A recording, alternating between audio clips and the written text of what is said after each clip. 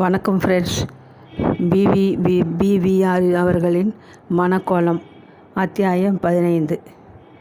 சந்தானம் சொல்லி கொடுத்து தான் இந்த பெண் ஜானா இப்படி தலை விரித்தாடுகிறாளோ என்று எண்ணினாள் பாகீரதி. குங்குமச்சிமையை கையில் எடுத்துக்கொண்டு வந்த சீதா அதை அவசரப்பட்டு கொண்டு நீட்டாமல் இருக்க ஜானா அதை பறித்து கொண்டு அலைமேல பக்கம் திரும்பினாள். என்ன பாகீரதி, உன் பெண் என்னவோ கேட்கிறாளே, என்ன செய்தி? அது எனக்கு தான் சொல்ல தெரியும் மாமி. என்னது? உங்களுக்கு புருஷ கல்யாணராமன் வீட்டாரை தெரியும் இல்லையா? ஆமாம், அவருடைய சம்சாரத்துக்கு கூட அதுதான் பருவதம் மாமி. தெரியும், சொல்லு. அவள் தங்கைக்கு ரயில்வேயிலே வேலையாக இருக்கிறாளே, அவளுக்கு நீங்கள் தானே கல்யாணம் நிச்சயம் பண்ணி கொடுத்தீர்கள்? ஆமாம், நானே தான். விசாலத்துக்கு தானே சொல்கிற நீ? ஆனால் கடைசியிலே நடக்காமல் போயிடுத்து. ஜானா திடீரென்று குரலை மாற்றினாள். ஏன் மாமி நடக்காமல் போச்சு? அதை யார் கண்டார்கள்? பிள்ளைக்கு ஒரு காது முழு செவிடாமே. அது எனக்கு தெரியாது. அது தெரியாமலா விசாலத்து வீட்டாரிடம் அந்த பிள்ளைக்காக நடக்காத நடையெல்லாம் நடந்தீர்கள்? அது போகட்டும், அந்த கல்யாணம் நடக்கணுமானால் 200 ரூபாய் உங்களுக்கு உடனடியாக தரணும்னு சொன்னீர்களாமே. அடுத்த கணம் அலைமேலு மாமிக்கு அழுகை வந்தது. பாத்தியாயிடு பாகீரதி, நான் என்னமோ என் உடம்பாலே உழைச்சி நல்லவங்களுக்கு 4 செய்யணும்னு போனால் இந்த மாதிரி அபாண்டமெல்லாம் காதில் விழுறது. நான் என்ன சத்தியம் பண்ணி கொடுத்தாலும் யாரடி நம்புவா என் வார்த்தையை? அவளுடைய கண்களிலிருந்து இப்பொழுது தாரி தாரியாக நீர் கொட்டியது. பாகீரதி பதைத்து போனாள். சீதா திகைத்தாள். ஜானா தன்னுடைய குற்றச்சாட்டுக்கு அலைமேல கோபமாக தான் பதிலளிப்பாள் என்று எதிர்பார்த்தாள். கோபத்துக்கு பதிலாக அழுகை வருவே. அவளும் ஒரு கணம் அயர்ந்து போய்விட்டாள். ஆனால் அடுத்த கணமே இதெல்லாம் நினைத்த மாத்திரத்தில் சில ஸ்திரீகளால் வரவழைக்க முடிந்த அழுகை என்று அவளுக்கு பட்டது. நீங்கள் அழுகிறதை பார்த்தால் எனக்கும் வருத்தமாக தான் இருக்குமாமே. ஆனால் அந்த பர்வத மாமியின் பெண் சித்ரா இருக்கிறாளே, அவள் என்னுடைய சிநேகிதி. அவர்கள் யாரும் பொய் சொல்ல மாட்டார்கள். இது எப்போ, எங்கோ, என்னைக்கு, எத்தனை மணிக்கு நடந்தது என்கிற விவரங்களை எல்லாம் சொல்லட்டுமா? கேட்கிறீர்களா? நிறுத்தி நிதானமாக கோவையாக ஜானா சவால் விடுத்தாள். அந்த சவாலை ஏற்க முடியாமல் அலைமேலு, பாகீரதி, நான் வரேன் அம்மா. ஏதோ ஸ்நேக தர்மத்துக்கு நான் என் தலையில் இழுத்து போட்டுட்டேன். அது என் முட்டாள்தனம். உன் பெண் நல்ல பாடமாக கற்றுக் கொடுத்துட்டா. இன்னமே நீங்களே இந்த கல்யாணத்துக்கு வேண்டிய ஏற்பாடுகளை எல்லாம் வேணுமானால் செய்து கொள்ளுங்கள். என் அண்ணா பிள்ளைக்கிட்டையும் நீயே பார்த்து கொள்ளடா, சொல்லிடுறேன் என்று கம்மிய குரலில் விசும்பலுக்கு விக்கலிடையே கூறினாள். பாகீரதியும் சீதாவும் வாய் திறவாமல் நிற்கவே, அலைமேலம்மாள், யார் போதனையிலே இந்த பெண் இப்படியெல்லாம் என்னை இந்த வயசில் நிறுத்தி வச்சு அடிக்கிறதோ? என் தலையெழுத்து. சொல்லிடையம்மா, நன்னா சொல்லு. உன்னை சொல்லி பிரயோசனமில்லை. என் மனசில் இது மாதிரியெல்லாம் உருவேற்றி வச்சிருக்கா பாரு, அவர்கள் சொல்லணும் என்று குரல் சற்று தெளிவாக கேட்குமாறு சொன்னாள். பிறகு மெதுவாக ஏழியை நோக்கி நடந்தாள். ஜானா, கையிலே வச்சுருக்கிறியே, மாமிக்கு குங்குமம் குடிடி என்றால் கமலா திடீரென்று, சிரிப்பும் கடுமையும் கலந்த ஸ்டாயில். கமலாவின் கிண்டலை ஒன்றுதானே இல்லை. ஜானாவின் மேலிருந்து வெறுப்பினாலோ? அலைமேலு அம்மாள் குங்குமம் வாங்கி கொள்ளாமலே வெளியேறினாள். அடுத்த நிமிஷமே தாயார் ஆத்திரம் தீர திட்டப் போகிறாள் என்றுதான் ஜானா எதிர்பார்த்தாள். ஆனால் பாகீரதி அம்மாள் பெண்ணோடு பேசி சமாளிக்க முடியாது என்று தானோ என்னவோ சமையலறை பக்கம் திரும்பினாள். ஜானா, இன்னமே இந்த மாமி இந்த வீட்டு பக்கம் தலை வச்சு படுக்க மாட்டாள் என்றாள் கமலா. அவளுக்கு பரம திருப்தி. ஏன், ஜானாவை கண்டு பெருமையை கூட. சொன்னபடி அப்படியே செய்து விடுகிறவளாச்சு ஜானா. நீ அனாவசியமாக விரோதத்தை சம்பாதிச்சிட்ட என்றாள் சீதா. நீ போ அக்கா. இந்த அலைமேலு மாமியை போல இருக்கிறவர்களுக்கெல்லாம் சூடு சொரணை கிடையாது. நாளைக்கே இழிச்சுண்டு வந்து நிற்கும். நீலிக்கறி வச்சாலே அந்த அழுகை தான் உன் கண்ணுக்கு தெரிந்து காதிலே கேட்டதே தவிர அவள் முகத்திலே துக்கமோ குரலிலே ஒரு சோகமோ இருந்ததோ? அவ்வளவும் வேஷம். ஜானா, அவள் சிரித்தாலும் வேஷம்னு சொல்கிற, இப்போ அழுதாலும் வேஷமா? உனக்கு அவளை கண்டால் பிடிக்கல போலிருக்கு என்றாள் கமலா. ஜானாவை எதிர்த்து பேசினால்தான் ரசமான பதில்கள் வரும் என்று அவளுக்கு தெரியும். ஆளை 2 விதமாக நம்ப வைக்கலாம். ஒன்று, கண்ணியமான நடத்தியாலும் பரிசுத்தமான பேச்சாலும் எந்த பேச்சு நெஞ்சிலிருந்து வருகிறது, எது நுனி நாக்கிலிருந்து வருகிறதுன்னு பேசுகிறவனுடைய சுத்தமே சொல்லிவிடும். நுனி நாக்கிலிருந்து பேசுவது இரண்டாவது கோஷ்டி. மின்சாரம் பாயிற வேகத்திலே கோவையாக பொய் சொல்ல அவர்களால் முடியும். இந்த நிமிஷம் சிரிப்பு, அடுத்த வினாடி அழுகை. நான் சுமித்தன குற்றம் அபாண்டமென அவள் நெஞ்சம் அறிந்திருந்தால் அழுகையும் வரலாம், கோபமும் வரலாம். ஆனால் அதற்கு முன்னாலே ஒரு திகைப்பு வரும். ஏன் ஸ்தம்பித்து போய்விடுவார்கள். இந்த மாமி நான் சொல்ல சொல்ல அழுகியை திட்டம் போட்டு தயார் செய்து கொண்டிருக்கிறாள். ஜானா ஹியூமன் சைக்காலஜியிலே ரிசர்ச் பண்ண வேண்டியவள். போஸ்ட் ஆஃபீஸிலே கார்டையும் கவரையும் விற்கிறாள் என்றாள் கமலா. சீதாவின் மனம் எப்போதும் போல் குழம்பியது. அவள் சந்தானத்தின் அறையை நோக்கி சென்றாள். 3ஆம் நாள் சாயங்காலம் ஜானா வீடு திரும்பியதும், கமலா, உன் வாய்க்கு சர்க்கரையை தான் போடணும் ஜானா என்றாள். எதற்கே? இன்னைக்கு அலமேலு மாமி வந்தாள். என்ன சொன்னாள்? முதல்லையே முந்தா நாள் நடந்ததை பற்றி சொல்லி ஒரு பாட்டம் அழுதாள். அப்புறம் அம்மா தான் இருக்கிறாளே, தானும் அழுது சமாதானப்படுத்தி சுட சுட தோசையும் வாத்து போட்டு கூழ் மாதிரி காப்பையும் கொடுத்தாள். என்ன சொன்னால்னு கேட்டேன். நம்ம அம்மா இதெல்லாம் செய்வாள்னு எனக்கு தெரியாதா? பழைய பல்லவியில் இருந்தது அனுபல்லவிக்கு வந்திருக்கிறாள்.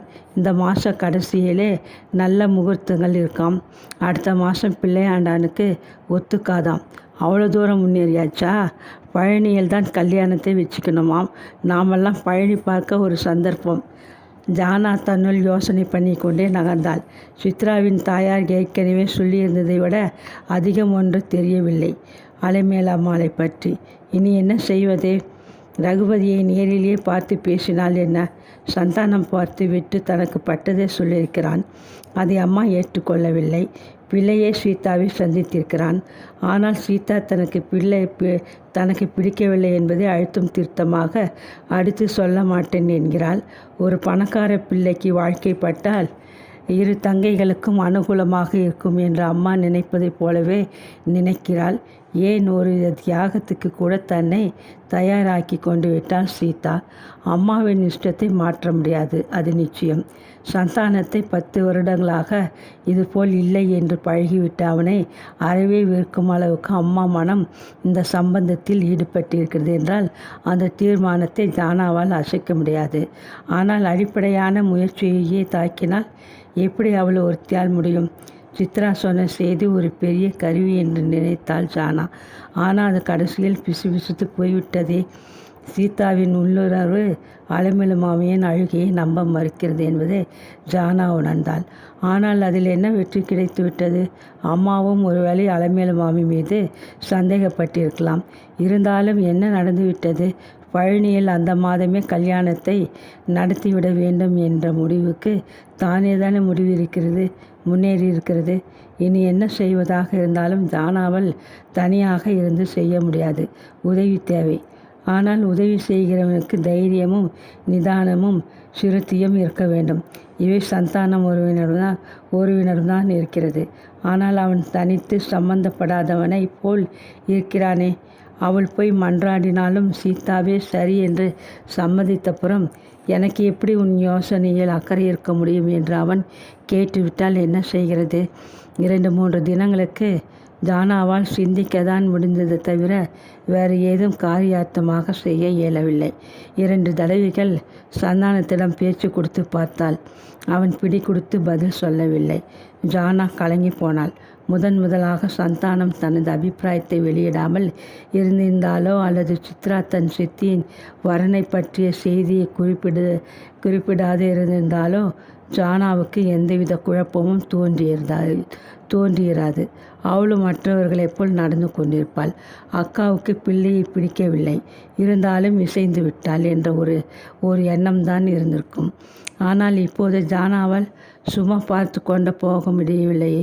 அதுவும் நேருக்கு நேர் அலமேலு மாமியை கூண்டில் ஏற்றி கேள்விகளெல்லாம் கேட்ட பின் பயமும் சந்தேகமும் பன்மடங்கு அதிகமாக அல்லவா வளர்ந்துவிட்டன. கடைசியில் ஒரே ஒரு முடிவுக்கு தான் வந்தாள். அவளே சந்தானத்தின் துணையுடன் ரகுபதியை சந்தித்து விடுவது. அதனால் மனத்தில் இருந்த சந்தேகங்களும் பயமும் தீர்ந்தால் அவளுடைய கவலைகள் எல்லாம் மறைந்துவிடும். அலமேலுவின் வேகம் அனாவசியம். இதில் ஏதோ மாமி மர்மம் இருக்கிறது என்றெல்லாம் அவள் கொண்டிருக்கும் கருத்துக்களை அவள் மறந்து விடுவாள். ஏன் அலமேலு அம்மாளிடம் மன்னிப்பு கூட கேட்பாள். ஆனால் இதற்கெல்லாம் வாய்ப்பே பிறக்காது என்று அவளுடைய மனம் எடுத்து கூறியது. அன்று 4 மணிக்கே காரியாலயத்தை விட்டு வந்த ஜானாவிடம் இந்த மாதம் 28ஆம் தேதி பழனியிலே என்று நிறுத்தினாள் கமலா. அம்மா சரின்னு சொல்லிட்டாளா? அக்காவை கேட்டு விட்டு சொல்கிறேனா? அக்காவை கேட்டாச்சா? அவள் லீவு எடுக்க போகிறேனாளா? ஆமாம், லீவு தான். மத்தியானம் 1 மணிக்கே போனவள் இன்னும் காணோம். அம்மா அவகிட்ட கேட்டாளா? என்ன சொன்னாள்? அக்கா என்ன சொல்லியிருப்பான்னு உனக்கு தெரியாதா? உன் இஷ்டம் அம்மா என்றாள். 13, 14 பொங்கல், அப்புறம் 2 வாரங்கள் தான் இருக்குது. இன்னையிலிருந்து சரியா? கமலா எண்ணி முடிப்பதற்குள் இடைமறித்த ஜானா, கமலா, நான் ட்ரெஸ் பண்ணிட்டு வெளியே போகிறேன். இன்னைக்கு 2லே 1 பார்த்துடலாம்னு இருக்கேன் என்றாள்.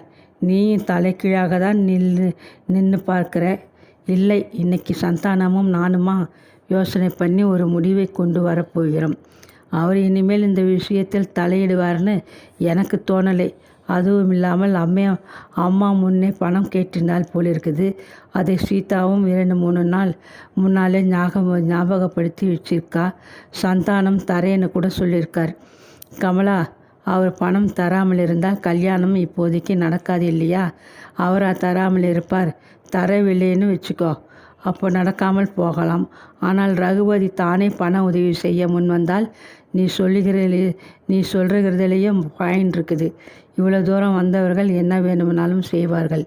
ஏன் ஒற்றை காலால் அலமேலு மாமியும் ரகுபதியும் நிற்கிறார்கள் என்று எனக்கு தெரியவில்லை. அதுதாண்டி எனக்கு அன்னியிலிருந்து மர்மமாக இருக்குது. ஒருவேளை அவனை தெரிந்தவர்கள் யாரும் பெண் குடுக்கை சேர்ந்திருக்க மாட்டார்கள்.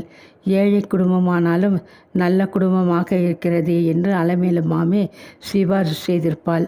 அவனும் சம்மதித்திருப்பான். இப்போ நீ என்ன செய்ய போகிற? சந்தானத்திடம் பணத்தை கொடுக்காதேன்னு மட்டும் சொல்லி வைக்காதே. அக்கா மனசு ரொம்ப கஷ்டப்படும். பார்க்கலாம். அக்கா எங்கே தான் போனால்னு உனக்கு தெரியாதா? நானும் உன் கூட வரட்டுமா? வேண்டாம், அம்மாவிடம் எதுவும் இப்போது சொல்லக்கூடாது, தெரிந்ததா? நான் இப்போ சந்தானத்தை அவருடைய கம்பெனியிலே மீட் பண்ண போகிறேன். இதை சொன்னால் அம்மாவுக்கு பற்றி கொண்டு வரும். ஏற்கனவே என்னிடம் சரியாக பேசாமல் இருக்கிறாள். சரி. ட்ரெஸ் செய்து கொண்ட பிறகு வெளியேறிய ஜானா, சந்தானம் ஆஃபீஸில் தான் இருக்கிறான் என்பதை திடப்படுத்தி கொள்ள ஒரு மருந்து கடையிலிருந்து ஃபோன் செய்தாள். அதற்கு பின் அவள் ஒரு டாக்ஸியை பிடித்து சென்றாள். தேவி கம்பெனியை அடைந்த போது தான் சொல்லியிருந்த நேரம் கடந்து 1/4 மணி நேரத்துக்கு மேலாகிவிட்டதை உணர்ந்த ஜானா அவசரமாக மாடிப்படிகளில் ஏறி கம்பெனியின் காரியாலயத்துக்கு வந்து சேர்ந்தாள். முன்னரை விரிச்சோடியது. 4 விளக்குகளில் ஒன்றுதான் எரிந்து கொண்டிருக்கவே அவள் ஒரு வினாடி நேரம் தயங்கிவிட்டு முன்னேறினாள். 1 minute ப்ளீஸ் என்று குரல் திடீரென்று எழுந்தது. ஜானா எரியும் விளக்கு பக்கமாக திரும்பி பார்த்தாள். ஆனால் அடுத்த கணமே இருட்டிற்கு மூலையிலிருந்து தான் குரல் வந்தது என்பதை உணர்ந்து கொண்டாள். அவள் யார்தான் குரல் கொடுத்தார்கள் என்று அறிவதற்குள் சேஷனே அவள் முன்னால் வந்து நின்றான். அத்தியாயம் 16. தேவி கம்பெனியில் சேஷனை கண்டதும் ஜானாவுக்கு நிம்மதி உண்டாயிற்று. சேஷனை இதற்கு முன் 3 தடவைகள் பார்த்திருக்கிறாள். ஏன், ஒரு தடவை 5 நிமிஷ நேரம் அவனுடன் உட்கார்ந்து பேசியும் இருக்கிறாள். ஒரு தடவை அவன் வந்தபோது சந்தானம் இல்லாமல் போகவே காப்பி உபசாரம் கூட செய்திருக்கிறான். மிஸ்டர் சேஷன், நீங்கள் தான் இப்போ 1 minute ப்ளீஸ்ன்னு என்னை நிறுத்தினீர்களா? ஆமாம். உள்ளே சந்தானமும் இன்னொருவரும் ஏதோ மும்முரமாக பேசி கொண்டிருக்கிறார்கள். ரொம்ப முக்கியமான பேச்சா? பொறுமை எழுந்து ஜானாவின் அவசரம் வார்த்தைகளில் ஒலித்தது. ஆமாம் போலிருக்குது. வந்த ஆள் திரும்பி போகிற வரைக்கும் யாரையும் உள்ள விட வேணாம்னு சொல்லியிருக்காரு. இது மாதிரி தடை உத்தரவு போடுற வழக்கமே அசிஸ்டண்ட் மேனேஜருக்கு கிடையாது. அப்படியா என்ற ஜானா சுற்றுமுற்றும் பார்த்தாள். பிறகு நீங்கள் இப்படியா உட்கார்ந்து கொண்டிருந்தீர்கள் என்று சேஷனை பார்த்து கேட்டாள். ஆமாம் என்று சொல்லிவிட்டு அவன் சிரித்தான். ஏன், நான் வீட்டுக்கு போகலாமே விளக்கை அணைச்சிட்டு கிளம்பினப்ப இந்த ஆள் வந்தார். சந்தானம் உட்கார சொன்னார். சும்மா உட்காருவதற்கு வெளிச்சம் எதற்கு? இப்போ நீங்களே நிற்கிறீர்கள், உட்காருங்கள், ஃபேனை போடுகிறேன். அவனுடைய பருத்த சரீரம் குலுங்கி ஓடியது. மின்சார விசிறியை போட சென்றபோது அவன் திரும்பி வந்து, நான் உங்கள் குடும்ப விஷயங்களில் தலையிடுறேன்னு தப்பாக நினச்சிக்காதீர்கள். அக்கா கல்யாணம் எந்த மட்டில் இருக்குது எனக்கு எல்லாம் தெரியும். ஆனால் நிச்சயம் ஆயிடுத்தா இல்லையான்னு தான் தெரியாது என்றான். இந்த மாத கடைசியிலே நடக்கும். அப்படியா? இதே ஊரில் தானா? எங்களுக்கெல்லாம் சாப்பாடு உண்டு இல்லையா? பழனியிலே தான் கல்யாணம் இருக்கணும்னு பிள்ளை சொல்லிவிட்டார். ஏன் பிரார்த்தனையா? அல்லது ஊர்க்கூட்டம் கூட்டாமல் இரண்டாம் மனுஷனுக்கு தெரியாமல் செய்து கொள்ளணுங்கிற எண்ணமா? முதல்ல ஒரு பெண்ணுக்கு கல்யாணம் பண்ணுற போது இருக்கிற ஊரிலேயே பண்ணணும்னு பெற்ற தாயாருக்கு இருக்காதோ? வக்கனையாக பேசும் சேஷனை பார்த்து ஜானா சிரித்தாள். அவளுடைய அவசரத்திலும் சந்தானத்துடன் பேசிக்கொண்டிருக்கும். ஆனால் தன் திட்டம் குட்டிச்சவராக போய்கொண்டிருக்கிறதே என்ற வெறுப்பிலும் கூட அவளுடைய இயற்கையான ஹாஸ்ய உணர்ச்சி மறைந்துவிடவில்லை. ஏன், சொல்லுகிறதில் ஏதாவது தப்பு இருக்கா? அதெல்லாம் ஒன்றும் இல்லை. ரொம்ப கிளியராக அனலைஸ் பண்ணி சொல்கிறீர்களேன்னுட்டு தோணித்து சிரித்தேன். பிரார்த்தனையெல்லாம் முன்னிட்டு தான் பழனி திருப்பதின்னு முன்னெல்லாம் போவான். இல்லாட்டா 2ஆம் தாரம் 3ஆம் தாரம்னு இருக்கும். இப்போ செலவி உத்தேசித்து இந்த புண்ணிய கஷேத்திரங்களுக்கு ஓடுறா. பாதி பேர் கல்யாணத்தை தான் அங்கே நடத்துகிறார்களே ஒழிய சுவாமி தரிசனம் கூட செய்ய மறந்துடுறான். இது 2ஆம் தார கல்யாணம்தான், அது எனக்கு தெரியும். இப்போது ஜானாவுக்கு கோபம் லேசாக வந்தது. பின் ஏன் இவ்வளவு கேள்விகளை நீங்கள் கேட்டீர்கள்? புதுசாக ஏதேனும் தெரியறதால்னு கேட்டேன் பார்க்க என்று தன்னுள் முணுமுணுத்த சேஷன் பதில் சொல்லாமல் சிரித்துவிட்டு, கொஞ்சம் இருங்கள் என்று எழுந்து சந்தானத்தின் அரை பக்கம் போனான். கதவு சாத்தப்பட்டிருக்கவே கதவெண்டை நின்று காதை கூர்மையாக்கி கொண்டு ஒரு நிமிடம் நின்றான். அடுத்த நிமிஷம் அவன் திரும்பி வந்து, ஒன்றும் சரியாக காதிலே விழமாட்டேன் என்கிறது. இரைச்சல் தான் கேட்கிறது. சண்டையா சமாதானமானு கூட தெரியல என்றான். கம்பெனி விஷயமாக வந்திருக்கிறவர் அவர். கம்பெனியும் இருக்குது, சொந்தமும் இருக்குது என்று சொல்லிவிட்டு சேஷன் சிரித்தான். அவன் அனாவசியமாக சிரிக்கிறான் என்று நினைத்த ஜானா, நான் ஃபோன் செய்த போது வா என்றாரே என்று மெல்லிய குரலில் தனக்குத்தானே பேசி கொள்பவளைப் போல கூறினாள். இரவு ரகுபதியை நேரிலே சந்தித்து பேசத்தான் நானே இன்னைக்கு வந்திருக்கிறேன். நீங்கள் வர்றதுக்கு 7-8 நிமிஷங்கள் இருக்கிற போது தான் அவர் வந்தார். ரொம்ப நேரம் ஆகுமோ? அது அந்த ஆளின் புத்திசாலித்தை பொறுத்திருக்கிறது. அப்படின்னா என்ன கெஞ்சினாலும் கரடியாய் கத்தினாலும் கத்தியை காட்டி மிரட்டினாலும் கூட இந்த சந்தானத்திடம் தம் வேலை பலிக்காது என்று அந்த ஆளுக்கு எப்போது தெரிகிறதோ அப்போது வெளியே வருவார். அதுக்கு எத்தனை நாழிகை ஆகும்னு யாரால் சொல்ல முடியும்? கத்தியை கட்டி பயமுறுத்துவாரா? ஜானா பயத்தில் எழுந்தாள். சேச்சா, நீங்கள் ஒன்று, நான் ஏதோ பேச்சுக்கு சொன்னேன். போயிருக்கிற ஆள் இருக்கிறாரே, அவருக்கு அசாத்திய தைரியமும் நெஞ்ச அழுத்தமும் நம்பிக்கையும் உண்டு. ஆனால் நேரடியாக சண்டை கிண்டை ஒன்றும் போட மாட்டார். இறைந்து பார்ப்பார், இல்லாட்டா அழுது பார்ப்பார். வேற ஒன்றும் தெரியாது. ரொம்ப கச்சிதமாக எடை போட்டிருக்கிறீரே என்று கூறி ஜானா உட்கார்ந்து கொண்டாள். சந்தானம் கத்தி முனையில் தவிப்பதை கற்பனை செய்து பார்க்கவும் அவள் மனம் நடுங்கியது. வந்திருக்கிறவர் யாருன்னு எனக்கு தெரியும். ஆனால் நாங்கள் 2 பேரும் பரஸ்பர அறிமுகம் உள்ளவர்கள் என்று மிஸ்டர் சந்தானத்துக்கு தெரியாது என்றான் சேஷன். இது அனாவசிய சமாசாரம் என்று எண்ணிய ஜானா, சரி, மணி 7 ஆகிவிட்டது, நான் வீட்டிலே பார்த்து கொள்கிறேன் என்றாள். இருங்கள், உள்ளே நடக்கிற தொந்த யுத்தத்தின் முடிவை அது நாம் எதிர்பார்க்கிற முடிவுதான் என்ன இருந்தாலும் தெரிஞ்சுட்டு போங்கள். உங்களுக்கும் அதில் அக்கறை இருக்கும். ஜானாவுக்கு தலைக்கால் புரியவில்லை. என்ன சொல்லுகிறீர்கள்? வந்திருக்கிறவர் யார் தெரியுமா? தெரியாது. உங்கள் வீட்டுக்கு மாப்பிள்ளையாக வரப்போகிறவர். அடுத்த கணம் ஜானா துள்ளி எழுந்தாள். இது என்ன எதிர்பாராத திருப்பம்? அப்போது ரகுபதி சந்தானத்திடம் சண்டை போடவா இங்கு வந்திருக்கிறார்? எதற்கு? வீட்டில் நடப்பதும் அம்மாவிடம் சந்தானம் சொன்னதும் அலமேல் அம்மாள் மூலம் ரகுபதியின் காதுகளுக்கு எட்ட அவன் நேரவே வந்து விட்டானோ? ரகுபதியா வந்திருக்கிறார்? அதுதானே சீதாவுக்கு பார்த்திருக்கிற பிள்ளையின் பெயர்? ஆமாம். அப்படியானால் அவர்தான். இதை முன்னாடியே சொல்லியிருக்கக்கூடாதா? நீங்கள் வந்திருக்கிறவர் யாருன்னு கேட்கலையே. அதுவும் இல்லாமல் யாரையும் உள்ளே விட வேண்டாம்னு சந்தானம் சொல்லியிருக்கிறாரே. இரவு ரகுபதியை நேரில் சந்தித்து பேசத்தான் நானே இன்னைக்கு இங்கே வந்திருக்கிறேன். அடப்பாவமே, எனக்கு தெரியாதே என்றான் சேஷன்.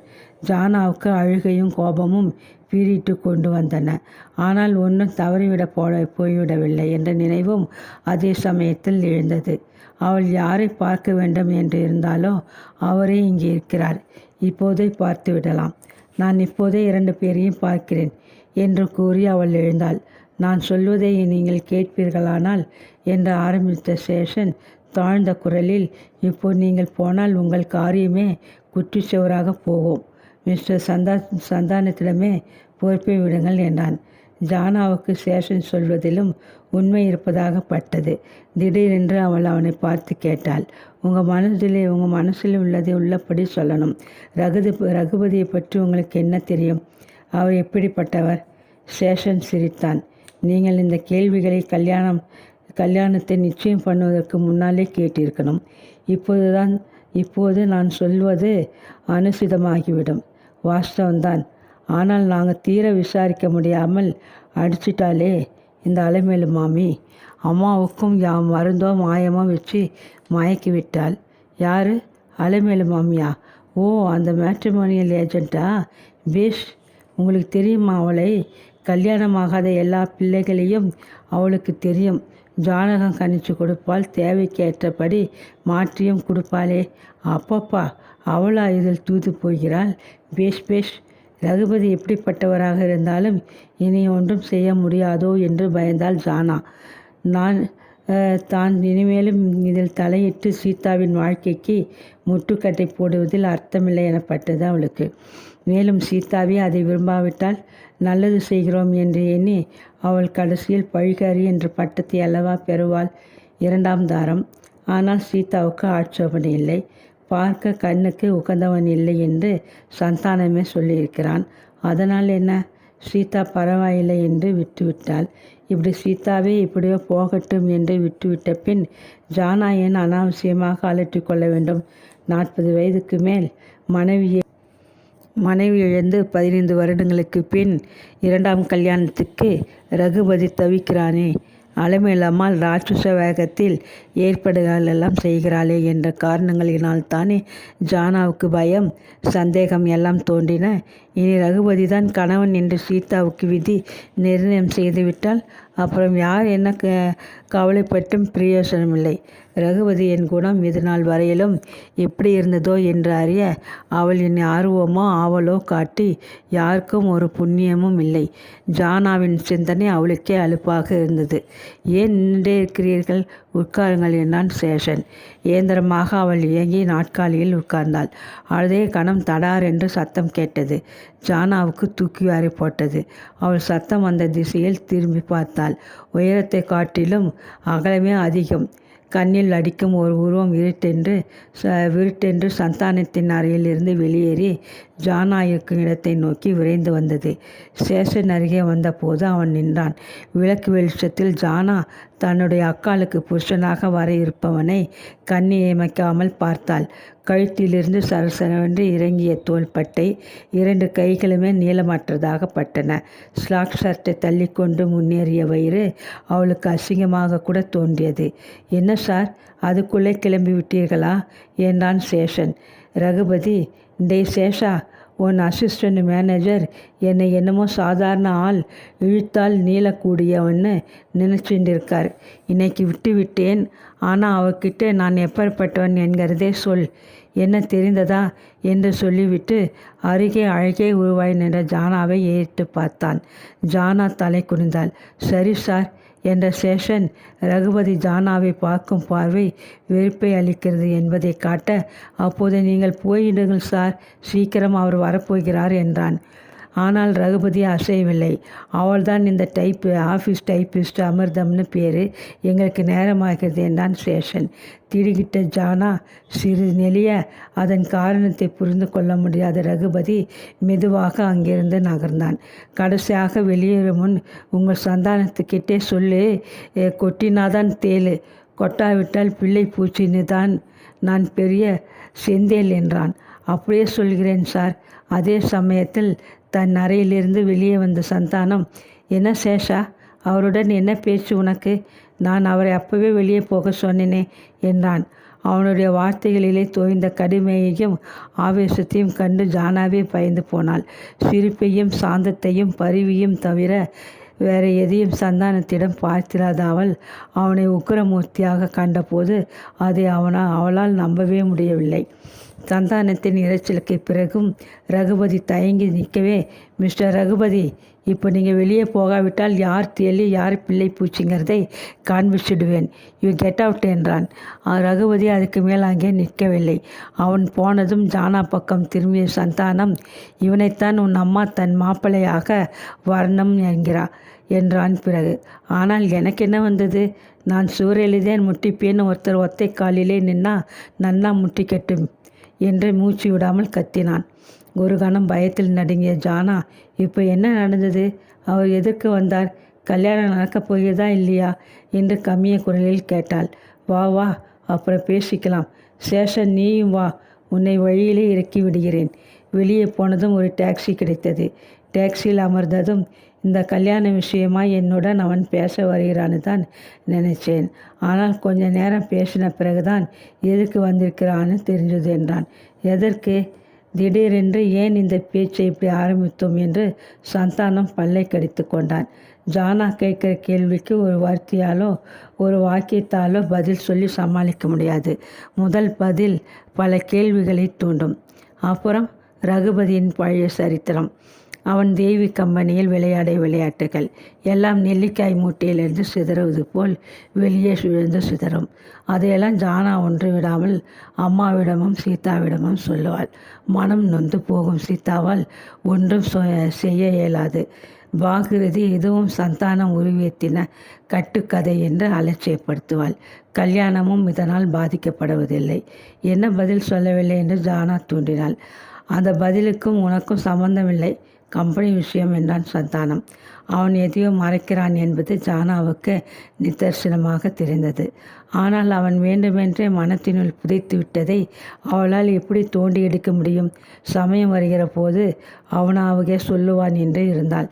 மவுண்ட் ரோட்டில் ஸ்டேஷன் இறங்கிக் கொள்ள ஜானாவும் சந்தானமும் மயிலாப்பூருக்கு சென்றார்கள். நீ எதுக்கு ஆஃபீஸுக்கு வந்தாய் என்று நிதானமாக கேட்டான் சந்தானம். ரகுபதி விஷயமாக தான் நாம் 2 பேருமாய் போய் பார்க்கலாம்னு தான். உங்கள் வீட்டிலே எல்லோருக்கும் இப்போ பைத்தியம் பிடிச்சிருக்கு. அம்மா உன்னையே நினச்சி அதை தவிர வேறு எதுவும் உலகத்திலே என்கிற பாவனையில் இருக்கிறாள் சீதா. அம்மா இட்ட கோடு தான் சரியான கோடு என்கிறாள். நீ என்னமோ வீட்டுக்கே உன்னால தான் கதி மோட்சம் ஏற்படும்னு நிற்கிற. சேச்சை என்று அழுத்து கொண்டான் சந்தானம்.